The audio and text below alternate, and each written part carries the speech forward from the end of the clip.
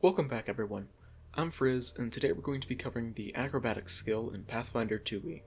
I'm not going to be going over literally everything that the Acrobatics skill can do in this system in this video, because there's only so much time in the day, but I will be going over its common uses and skill feats. Acrobatics is a great maneuverability skill that has a ton of different applications, and I'm looking forward to covering them. Also, since I couldn't think of anywhere else to put this that would fit well, acrobatics is a dexterity skill, meaning that, that's pretty obvious, but I feel like I should at least say it. Balancing is one of the simplest actions associated with acrobatics, and it relates to having to move around on narrow surfaces or uneven ground. It doesn't require being trained in acrobatics, meaning that any character can attempt it, which makes sense because every character can balance. Your success rate is going to depend a lot on your proficiency rating, though, because, of course, the higher proficiency rating is, the more likely you are going to be able to balance. It's a single action that you can spend where you roll an acrobatics check against the balance DC of whatever train you're on. That's something that your GM will come up with.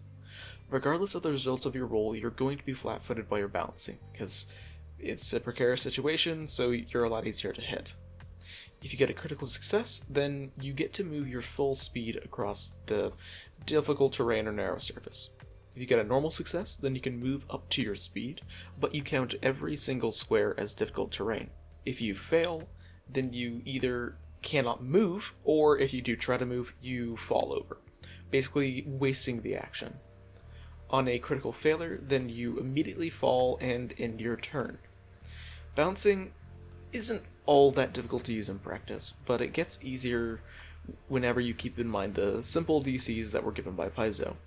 I'm going to be listing these off for a lot of the different actions, but it's entirely up to the GM whether or not they want to follow these, or if they want to just come up with something maybe a bit more difficult or challenging. Paizo lists a DC of 10, which is very, very easy, as something like balancing on roots in a forest or uneven cobblestones. It's something that most characters are going to be able to do without much of an issue. Something like a wooden beam or like a balance beam would be a DC of 15, which is not going to be that hard for someone who's trained. Deep and loose gravel, which is a very, very uneven surface, is something that would be like a DC of 20. Walking across a tightrope or a perfectly smooth sheet of ice would be about a DC of 30, while something as completely insane as literally balancing on a razor's edge or falling rocks is a DC of 40. Once you use balance a couple of times, the rules are pretty straightforward and fairly easy to incorporate into your game. Tumble Through is probably the most used acrobatics action, and for good reason. It allows for you to move through enemy squares in combat, which allows for a ton of flexibility in where you want to be and just maneuverability in general. It is an untrained action, meaning that anyone can use it, but people who are trained are going to have a substantially higher rate of succeeding, especially as you level up. It takes a single action, and whenever you take it, you can stride up to your speed and attempt to move through one enemy square. So you can't move through multiple enemies at all. You make an acrobatics check versus the enemy's reflex DC, and on a success you can move through their square, though their square still counts as difficult terrain to you. If you aren't fast enough to get all the way through, then you automatically get a failure. The failure effect is that you immediately stop moving and trigger any reactions as normal for actions with the move trait. Also, it's important to note that you can tumble with any movement type. So you can tumble while swimming if you have a swim speed. You can't do it if you don't have a swim speed, but, well, if you do have one, then it can be really useful underwater. The maneuver in flight action is exactly what it says on the tin. You have to be trained in acrobatics to be able to maneuver in flight, but whenever you want to do something particularly hard that involves flying, you have to make an acrobatics check. It's generally a single action, and your GM decides what's even possible, but you normally cannot move further than your speed when doing a maneuver, which is pretty fair, because otherwise it'd be just objectively better to do a maneuver. The sample DCs that Paizo gives are pretty understandable. Something like a particularly steep ascent or descent is a DC of 15, while hovering or flying into the wind is a DC of 20. Doing a 180 mid-flight is a DC of 30, while a DC 40 acrobatics check is required to fly in gale force winds. If you succeed on your check, then you manage to do your maneuver. If you fail though, then your GM decides that either you can't move at all, or you suffer some kind of detrimental effect. For example, if you fail on your check to hover, then maybe you fall like 10 or 20 feet downwards, which might bring you out of the fight a bit. If you critically fail, then your GM has the exact same choices of either not moving you at all or giving you a penalty, but the penalty should generally be harder because you critically failed. For example, you might fall 40 or 60 feet instead if you were trying to hover. These are, of course, my own examples, so just don't take them as law.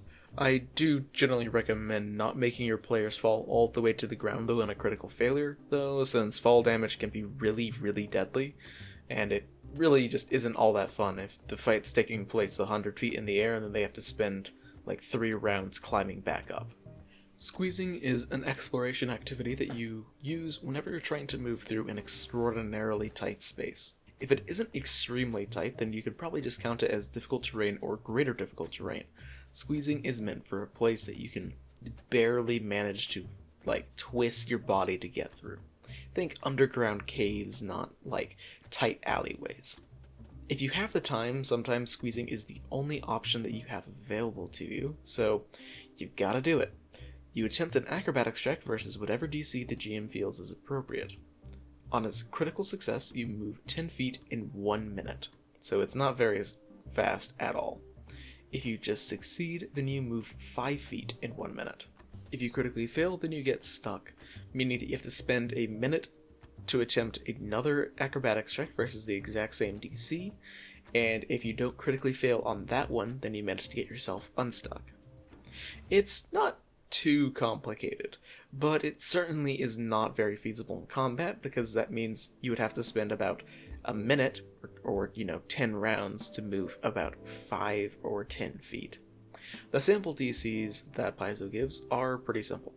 Squeezing through something that barely fits your shoulders is a DC of 15, while something that barely fits your head is a DC of 30. Now let's move on to skill feats. Acrobatic 4 is a simple feat with some limited usefulness, but when it does come in handy, it will be exceptionally useful. It requires that you're trained in acrobatics to take, but allows you to roll acrobatics instead of the performance skill whenever using the perform action. This is only for the perform action, so you can't use it for, say, a class feature that calls for a performance check. It's only for, giving a performance. You probably won't be using perform very much unless you're a very specific type of character, but if you do end up using perform, you're probably going to be performing a lot. It also opens up the possibility for a performer that doesn't need a good charisma, which is a really interesting idea. Catfall is a very, very reliable way to reduce or even negate fall damage. You have to be trained in acrobatics to be able to take it, since it's, an acrobatics skill feat, but you treat falls as 10 feet shorter, which might not seem great, but it improves a lot as you level up. Once your acrobatics becomes an expert in proficiency, then you treat falls as 25 feet shorter instead. If you become a master in acrobatics, then you treat falls as 50 feet shorter, and if you ever become a legend in acrobatics, then you don't take fall damage at all, and you always land on your feet. Fall damage is a real killer, so being able to reduce it is fantastic. This is the start of a theme that you'll see as we go forward, of how acrobatics feats generally scale with your proficiency. So while acrobatics doesn't actually have any legendary feats, so feats that require being a legend in acrobatics, you get a lot of feats that give you additional benefits for whenever you get to be a legendary acrobat, meaning that you kind of have some legendary feats, they're just hidden as trained feats. Quick Squeeze is a great upgrade to the squeeze action that I mentioned earlier, and it requires that you're trained in acrobatics. Now, rather than measuring how far you can move in minutes, you can move 5 feet on a success in 1 round, or 10 feet on a critical success. This means that you squeeze 10 times faster than everyone else. Also, if you're a legendary in acrobatics, then you can squeeze at full speed, which is so much faster than normal people. Squeezing might not come up very often in your games, but if you think that it might, then this is a surefire way of becoming the king and or queen of it. Steady balance improves the balance action and requires that you're trained in acrobatics. Now, whenever you get a success on the roll, you get a critical success instead, which allows you to move up to your full speed. Additionally, you aren't flat-footed whenever you're trying to balance, and finally, you can also use an acrobatics check instead of a reflex save when using the grab and edge reaction, which might be better if your class has a poor reflex save progression. Balancing can be a pretty precarious position to be in, so having steady balance makes it a lot more manageable. If you know that you're going to be throwing yourself into a lot of different situations where balancing is probably going to be relevant, then yeah, steady balance is a great upgrade to the balance action. Nimble Crawl is the only expert feat for acrobatics, but it allows for you to crawl along this ground at a really fast speed. Now, once you take Nimble Crawl, whenever you do use the crawl action, you move up to half your speed rather than 5 feet. If you become a master at acrobatics, then you can crawl at your full speed like some kind of horror monstrosity. Once you become a legendary in acrobatics, then you no longer become flat-footed when you're prone, which can be really useful. You still will take the other penalties for being prone, so you take a penalty on attack rolls, but being flat-footed sucks, so being immune to a common source of it is great, and whenever you are on the ground and you don't want to be up next to someone anymore, sometimes crawling isn't going to be enough to actually get away from them, so now you can just skitter along the ground in a fairly disturbing manner, but it's really useful. The Aerobatics Master feat is a kinda weird feat that naturally requires being a master in acrobatics. You could probably guess that from the name. It gives you a +2 circumstance bonus on acrobatics checks to maneuver in flight, and you can attempt 2 different maneuvers in a single action rather than just one. The DC for these combined maneuvers is the hardest maneuvers DC +5. If you have legendary proficiency in acrobatics, then you can use 3 maneuvers in one action, though the DC for that ends up being the hardest maneuvers DC +10 instead.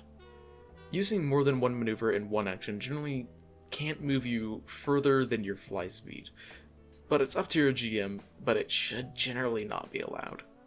If you like to fly, then this is a great feat that allows you a great amount of maneuverability and flexibility with how you can fly. You're probably going to be able to fly circles around the rest of your party and hopefully all of your enemies. Gip Up is an extraordinarily simple feat. You have to be a master in acrobatics to take it. It allows for you to stand up as a free action without triggering any reactions. This is simple and it's fantastic. Being prone sucks, like I've said before, and being able to stand up without having to get hit by attacks of opportunity will save you a lot of damage. If you think that you're going to be knocked prone a lot, then this is really great. For example, if you know that you trip people a lot, then there's always a chance that you're going to be knocking yourself prone if you critically fail. So being able to keep up is really nice, and you really shouldn't underestimate the ability of just saving an action or two every single combat. Overall, acrobatics is a fantastic skill with a ton of different uses.